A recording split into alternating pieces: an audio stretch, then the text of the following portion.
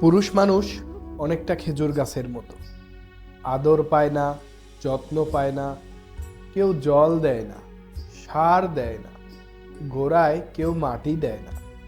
আরও বলে নিজের পায়ের তলার মাটি নিজে শক্ত করো। অযত্নে অবহেলায় বেড়ে ওঠার পর কিন্তু তার কাছে প্রত্যাশা অনেক।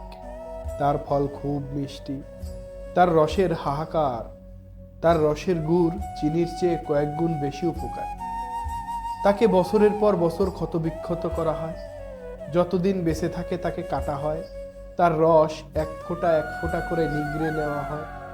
রস নেওয়া শেষ হয়ে গেলে আর তার কোনো কদর থাকে না, পথের ধারে একাকী অযত্নে অবহেলায় পড়ে থাকে।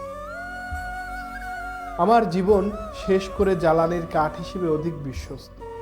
মাছ ধরার ভাত পাতার জন্য তার জুড়ি নেই, তারপরও খেজুর গাছ কোনো অভিযোগ করে না, কিছু প্রত্যাশা করে না, ভালোবাসা চায় না, শুধু ফল দিয়ে যায়, রস দিয়ে যায়, আর মাথা উঁচু করে বেঁচে থাকে নিঃস্বার্থভাবে আপনার পরিবারের পুরুষ মানুষটির মতো।